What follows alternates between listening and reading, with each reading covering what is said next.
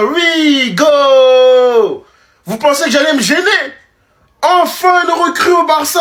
Fabrizio Romano vient d'annoncer, il vient de tweeter, et c'est pour le Barça. Le club va lever sa clause libératoire qui est fixée à 25 millions et un contrat sur 5 années. Un jeune gardien, un bon gardien, tout se passe comme prévu, mais maintenant il y a un problème qui se pose. Marc-André Ter Stegen, que va-t-il devenir? Parce que connaissant son ego, il peut transformer ça en haine rapidement pour le Barça. Et c'est assez anodin. En ce moment, il est sur une série de matchs où il est très bon. Et le problème qui se pose, c'est qu'il n'acceptera jamais ce rôle de secondaire. Ça peut arranger tout le monde. Deco aussi, il acceptait ce deuxième rôle-là, il aurait une concurrence avec Juan Garcia. Parce que la vérité, on peut pas regarder Chesney juste pour un an. Le problème de gardien se poserait encore l'année prochaine. Je veux qu'à ce poste-là, on soit réglé pour 3 ans minimum. Bref, enfin, here we go. Enfin, le mercato commence pour le Barça. On va enfin pouvoir se positionner sur un attaquant, sur un ailier gauche plus précisément. Parce que quand tu vois la gueule des équipes pour l'année prochaine en Ligue des Champions, il est essentiel d'aller se renforcer à certains postes. Oh là là les gars, Dieu merci, enfin. Enfin, on en a terminé avec tout ça. C'est enfin officiel. Garcia est un joueur du Barça. Tweeté par Fabrizio Romano avec enfin le fameux Here we go. Il a un contrat de 5 ans avec le FC Barcelone. Personnellement, pour moi, après je ne suis pas flic, reste à voir. Il vient pour être le titulaire. Il avait des offres de Première Ligue. Il aurait bougé à Newcastle ou peut-être à Manchester City si la direction ne lui avait pas promis une place de titulaire. Il a aucun intérêt de venir au Barça pour être prêté. Ce serait vraiment débile. Après, s'il a accepté, bon, tant mieux. Lui qui de base était le sauveur, le héros de Espanyol Barcelone, il est maintenant vu comme un ops, un traître. On a vu des cartes de lui brûlées, des insultes sur les murs. Ce qui est sûr, c'est que le prochain match à l'extérieur contre Espanyol, ça va être très très électrique. Exactement comme Courtois lorsqu'il part au Metropolitano. Maintenant, on aura donc enfin officiellement des réponses à nos questions. Si Chesney prolonge et que Ter Stegen part, ou bien même si Chesney part et que Ter Stegen devient le gardien numéro 2, bref, à voir. Mais comme je vous le dis depuis le début de ce feuilleton, je sens réellement de très grosses dramas cet été à cause de ce transfert. Le sapologue béninois Jules Koundé qui nous a tant manqué et qui bosse pour être de retour à 100% pour la pré-saison. Et les gars, qu'est-ce que j'ai hâte de le revoir sur les terrains. Jules Koundé s'entraîne pendant ses vacances pour récupérer de sa blessure et être prêt à 100% pour la pré-saison. Même s'il sort d'une très très grosse saison où il a joué énormément de matchs, sachant qu'il a enchaîné avec l'année dernière et malheureusement en fin de saison il s'est blessé, il a un objectif en tête, c'est être de retour à 100% pour la pré-saison. Et il se déchire tout simplement pour ça. Et franchement les gars, l'évolution de Jules Koundé, nous pouvons qu'applaudir. Lui qui de base joue à un poste qu'il n'aime même pas et qui finalement s'est imposé comme l'un des meilleurs à ce poste-là.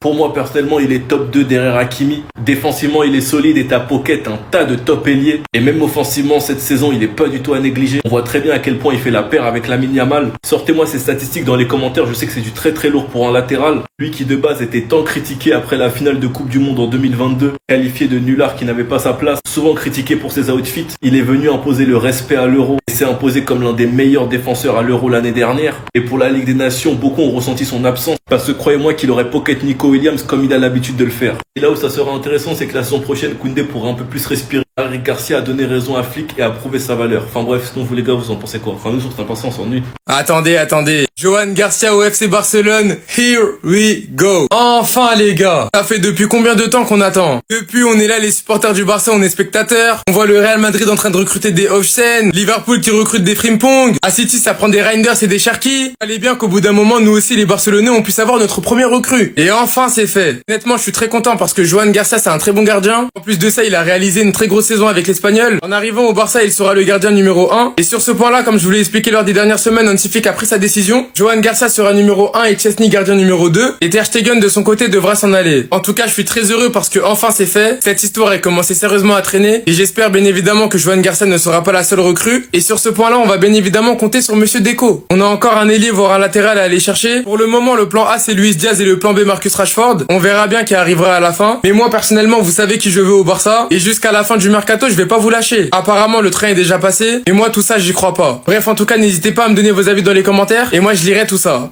Enfin les gars, ça vient de tomber. Le Here we go vient de tomber les gars, il était temps. Enfin on va avoir un vrai gardien. Ça fait combien de temps qu'on n'a pas eu un vrai gardien? Depuis quoi? 2019 les gars, c'est long. Ça faisait depuis 2019 qu'on n'avait pas eu un vrai gardien.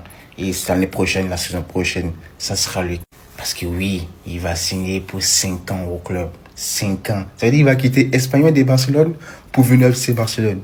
J'ai très hâte du derby l'année prochaine. Ah oui, le derby Barça contre Espanyol de Barcelone. Ça va chauffer. On va encore les tarter. Bref, je suis pas venu pour parler de eux. Et sincèrement, ça fait plaisir. Voilà, maintenant, Ter Stegen ou Chesney, je sais pas qui d'entre vous va partir. Mais faites vite. Voilà, faites vite. On a nos nouveaux gardiens. On va plus vous calculer. Ah non, on va plus vous calculer. Ah oui, voilà, c'est bon. On a un vrai gardien là maintenant. Maintenant là, place au travail. Déco, s'il te plaît, réveille-toi parce que c'est le premier Here We Go de notre club. Et les autres, ils en ont dit à 5 et nous c'est que le premier. Hein. Je suis désolé les gars, mais j'arrive pas à être hype comme vous, j'arrive pas à être grave content, j'arrive pas à me dire oh OMG on a signé Juan Garcia, Here We Go, tout ça, je n'y arrive pas. J'ai rien contre le gardien, il y a aucun souci. En fait, je n'ai juste pas d'infos sur lui. Je ne le connais pas juste assez bien pour pouvoir être content ou pas. Là, j'ai l'impression on a recruté un mec... on a recruté Iñaki Peña, quoi. C'est bien, ça fait un joueur en plus. J'abuse. C'est juste pour dire que ça me procure rien. Genre, je sais pas. J'aimerais trop faire le mec. Les gars, c'est officiel. Here we go. Fabrizio Romano. Oh, incroyable. Juan Garcia. Voilà, Deco. J'arrive pas. Je peux pas. C'est pas vrai. Je le ressens pas. Je ne ressens pas ce besoin d'en parler, de me dire waouh, c'est une dinguerie. Surtout quand on voit que l'adversaire, le rival, il a pris Heusen, il a pris Arnold, il va prendre encore, c'est sûr. En fait, il y a des noms. Moi, je suis un kiffeur de noms sur les mercatos. Sinon, on prend de la Masia, tu vois. Sinon, on prend de la Masia. Et je ne fais confiance qu'à Twitter sur le niveau de ce gardien. Je sais pas s'il est si fort que ça. Je sais pas. Et donc, voilà, je suis obligé d'attendre. J'attends de voir ses performances. À tout moment, c'est un flop. À tout moment, c'est extraordinaire. J'espère que ça va être extraordinaire, mais pour le moment, je peux pas me réjouir. Je peux pas. Voilà, moi j'attendrai d'autres noms, s'il y a d'autres noms, s'il y a un Nico Williams, s'il y a un Leao, là je ferai des vidéos où je crierai tout ça, mais pour l'instant, je reste calme. Breaking news, merci de me l'avoir dit, merci de l'annoncer, mais ça va. C'est Juan Garcia, c'est pas... Voilà. Je suis prêt à m'excuser pour cette vidéo si jamais Juan Garcia c'est un monstre, il n'y a aucun souci. Pedri, qui a l'habitude d'être calme, a été clair. Il a posté une photo de lui, Nico Williams et Lamine Yamal avec en description la date de la finale de la Coupe du Monde. Et c'est là, les gars, que je réalise que la Coupe du Monde, c'est l'été prochain, les gars. Franchement, les gars, en termes de football, la saison prochaine, on va se régaler. Toutes les équipes qui font des top mercato. La deuxième édition de ce format de la Ligue des Champions. Le PSG qui va devoir défendre son titre de LDC. Franchement, moi, je suis hype. J'ai bien l'impression qu'ils se sont fait cette promesse, Nico Williams, Lamine Yamal, pour être en finale de Coupe du Monde la saison prochaine. Mais en vrai, les gars, est-ce qu'on peut blâmer les Espagnols d'être confiants et de se fixer un objectif, la finale? Ils ont tout simplement une génération de zinzins. On sait que leur milieu titulaire, ça pourrait être Rodri s'il vient bien de blessure, Fabien Ruiz et Pedri. En défense, ils ont un Hussein qui part à Madrid et qui pourra gagner de l'expérience au haut niveau en jouant au Real, Koubarsi et Asensio. Et encore une fois, ça dépend que de lui. Si après il préfère mettre le Normand, c'est son problème. Latéral gauche, ils ont du Cucurella, Grimaldo, et il pourrait même avoir Baldé s'il confirme encore une fois cette saison. Après, encore une fois, ça dépend que de La Fuente. Il pourrait y avoir Carvajal à droite s'il revient bien de blessure. L'attaque, vous la connaissez déjà avec Lamine Yamal et Nico Williams. Après, en neuf, de La Fuente peut mettre qui il veut. Oyarzabal, Ferran Torres, Omorondion, Morata ou même Olmo faux neuf, c'est son problème. Sans même parler du banc de l'Espagne avec du Zaragoza, Baena, Fermin Lopez, Olmo, Isco, Zubimendi, Merino, Casado. Enfin bref, il a du choix, ils ont vraiment une équipe de tartés. Olmo et Monsieur X devraient suivre le même programme de Pedri pour se renforcer et éviter les blessures. Attendez, bougez pas, je vous explique. Le Barça élabore un programme de préparation physique sur mesure pour Monsieur X et Dani Olmo. Julio Tous, le préparateur physique du club, a réalisé une analyse musculaire approfondie des joueurs et prépare un plan pour que le club en tire la meilleure partie la saison prochaine. En gros, ils veulent faire comme pour Pedri, et quand tu sais que Pedri cette saison ne s'est pas blessé, les gars, c'est juste une dinguerie. Et grâce à ça, il a pu nous sortir sa meilleure saison et nous prouver qu'il fait partie des meilleurs à son poste. Et pour un joueur comme Olmo, c'est hyper nécessaire car cette saison, il s'est énormément blessé, ce qui l'a empêché d'avoir du rythme. Et moi, ce qui me fait mal, c'est quand ça l'a cassé au pire moment lorsqu'il était bouillant. C'était en début de saison, où il se blesse contre Gérone après avoir claqué un bête de but, angle fermé sur une passe de Koundé si je me souviens bien. Et quand il revenait de blessure, Flick faisait attention à lui parce qu'il avait peur qu'il se reblesse, ce qui l'empêchait d'avoir du rythme dans les grands matchs et de tirer la meilleure version de Olmo. Monsieur X a lui aussi connu des moments difficiles, il a d'ailleurs eu une grosse blessure la saison dernière en Copa, et lorsqu'il s'est rétabli en deuxième partie de saison, il a plusieurs fois eu à certains moments des gênes. Monsieur X est un joueur qui a connu beaucoup de blessures et beaucoup de gênes. J'espère que ce programme lui fera du bien afin de regagner du rythme, être beaucoup plus régulier et réussir à s'imposer dans le système de Flick. Parce que si la direction a confiance en lui, c'est pas pour rien. Et personnellement, moi je suis pas mauvais, je sais que s'il fait du bon, je ferai une vidéo. Vous me connaissez les gars. Sinon vous les gars, vous en pensez quoi? Enfin, moi sur cet instant, on s'ennuie. J'étais pas vraiment présent. J'ai constaté qu'en fait, le petit de 17 ans, il est beaucoup dans le crâne des gens, des Madrilènes surtout. Et en fait, j'ai capté pourquoi. De base, ils avaient recruté Mbappé. Et ils espéraient, tout le monde disait, eux compris, qu'ils allaient marcher sur la Liga et le FC Barcelone comme la saison dernière avec Bellingham. Ok. Sachant que le petit sort d'un Euro où il est meilleur passeur et meilleur jeune. Il aurait pu être meilleur joueur, mais bon, tout donné comme ça, vas-y. D'ailleurs, les records de précocité qu'on lui connaît. Le premier Classico arrive, les Madrilènes sont confiants, et Mbappé compris. 4-0, Lamine Yamal qui fait cette célébration-là et le calma, en sachant que l'année d'avant, sans marquer, sans passer, à l'âge de 16 ans, il finit homme du match à Bernabeu, donc son nouveau jardin. On continue. Ça nous dit, ouais, non, mais vous avez de la chance, on n'a pas marqué en première mi-temps, machin. Ok. Le Real marque en première mi-temps. Et la célébration de Lamine Yamal. Ils peuvent toujours pas provoquer ou insulter ou se moquer de Lamine Yamal. Il fait ça à égalité et on les tape derrière. Copa, 2 passes D. Merde.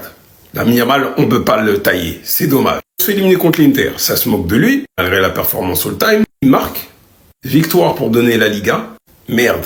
Par conséquent, il est devenu le nouveau bourreau du Real Madrid et Mbappé surtout. Ce qui fait qu'en fait, la raison pour laquelle ils se déchaînent comme ça, c'est qu'ils se sont contenus toute la saison en espérant le faux pas. N'oubliez pas, le Bayern, le Real, tout ça. En fait, c'est une libération genre fuck yeah, voilà. Abusez pas de la désinformation. Surtout les créateurs de contenu, on sait qu'il y a l'état de l'enjeu sur TikTok, mais abusez pas. On a voulu démentir, oui, ils sourient parce qu'ils s'en foutent de l'hymne, machin. Les gars, vous faites la même chose que l'extrême droite qui mentait sur Benzema sur la raison pour laquelle il chantait pas la Marseillaise, il crachait dessus. Les gars, désinformés, non. S'il vous plaît, il y a des limites. Déco, comme c'est une star, il a donné une interview. Voici ses déclarations. Mais juste avant, ce serait cool que tu fasses comme Hugo Viana. À City, là-bas, il parle pas, on le voit pas, mais il dépense intelligemment. Déclat sur Victor Roque, le Camp Nou et la saison prochaine. Bref, tout y est. Concernant Victor Roque, il a déclaré « Nous nous sommes pas trompés sur le concept, car Lewandowski avait 34-35 ans, et à l'époque, nous réfléchissions déjà à son remplaçant pour l'avenir. C'est pourquoi nous avons recruté Victor. Nous avions. » En soi, je suis d'accord avec lui. Pour une fois, et c'est rare, c'est qu'à la base, le concept d'acheter un neuf pour remplacer Lewandowski, il était intéressant. Ils se sont trompés sur Roque, et pourquoi? Il en donne du moins sa raison. Roque est arrivé tôt à la demande de Xavi. Pour moi, son arrivée en janvier était une erreur, mais nous n'avions pas beaucoup d'options. Surtout que Gavi s'était blessé et qu'il a pu venir grâce à ça. Et que surtout, ils se sont donné, la faute, se sont rejetés la faute. Xavi et Deco. L'entraîneur le voulait, le plan initial était qu'il arrive à l'été 2024 et à cause de cela, ça ne s'est pas bien terminé pour lui. Je m'étonne. Merci pour les prolongations avant de continuer. Mais chef, t'as bien commencé pendant une journée, une demi-journée après. Donc s'il te plaît, reprends les choses bien et ramène des joueurs là. Parce que j'entends des choses qui me plaisent pas. Perisic là, j'espère que c'est faux. Parce qu'un célèbre africain a dit, l'homme prudent voit le mal de loin. D'accord? Il est revenu sur la crise financière du Barça. Barcelone traversait une crise financière majeure avant l'arrivée de Laporta, ce qui est vrai. Aujourd'hui, le club a signé l'un de ses plus gros contrats avec Nike et nous allons jouer au Spotify Camp Nou avec une capacité de 65 000 supporters. Bien évidemment, meilleur que Montjuic. Et puis l'année prochaine, en gros, on jouera à stade plein. Ensuite, sur les joueurs, il a déclaré que nous avons Bernal, qui s'est blessé en début de saison, ainsi que Ronald Araujo. Dani Olmo, nous travaillons pour que ces blessures n'existent plus, pour qu'ils ne subissent pas de nouvelles blessures. On verra bien. Donc je suis sur Transfer Market, puis je regarde un peu les joueurs, et puis je vais voir Lookman. Parce qu'on avait des infos sur Lookman, comme quand Flick veut le ramener, bref, plein d'infos. Et là, comme je l'ai écrit sur Twitter, venez me follow pour ceux qui veulent. Lookman au Barça, ça va être compliqué. Si Ter Stegen est prêt à jouer, à accepter la concurrence, sauf que le club veut se débarrasser de lui. Et là, vous allez me dire, mais pourquoi Lookman et Ter Stegen? C'est quoi le lien? Ter Stegen et Lookman ont la même agence.